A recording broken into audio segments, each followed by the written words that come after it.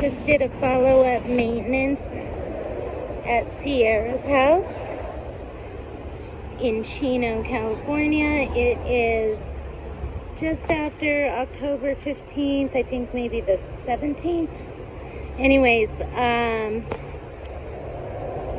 so yeah, I came in and I made this bark look really good in this area. And next time I come, I'll do more. You can kind of see the difference here. It just looks a little better when you get all those scraggly looking bits out there. More like wood chips than bark. So, but look at how much nicer that looks. And they do tend to get all discombobulated, but they're easy enough to fix. So I watered everything. This thing, I highly recommend trying to make sure this gets watered every couple days. Don't worry about this. It can take extra water. But this will look absolutely beautiful when it starts blooming, and it'll really fill in. And these guys are probably going to need the extra water. And this thing is crazy. I don't even know what that is. And eventually I want to change it. But right now, it's covering up that. But that will re-root down there, but it's easy to pull up, but that's just there as a filler.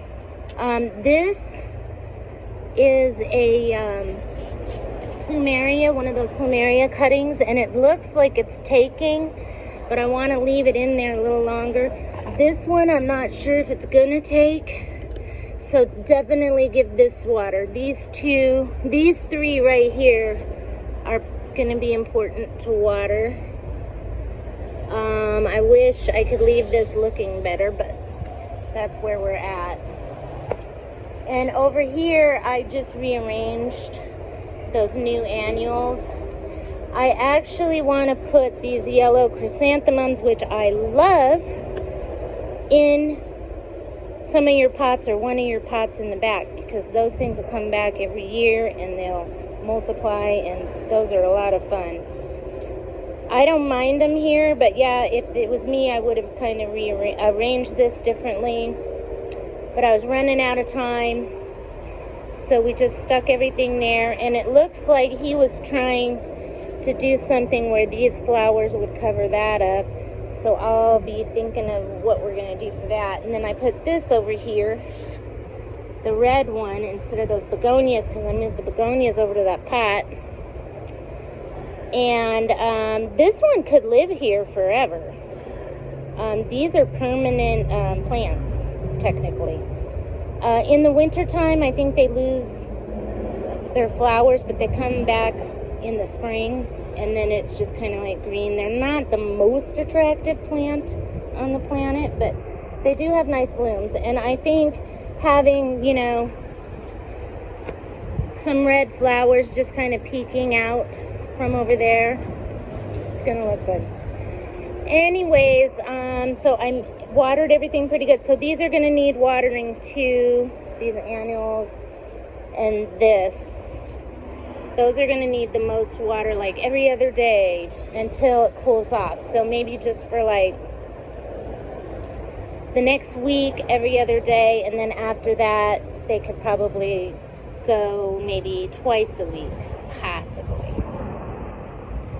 All right, and I got some dishes done, and I got all the pots and pans done, and I left all the plastic non-breakable stuff in the sink with soapy water, so they pretty much are just gonna need like rinsing off.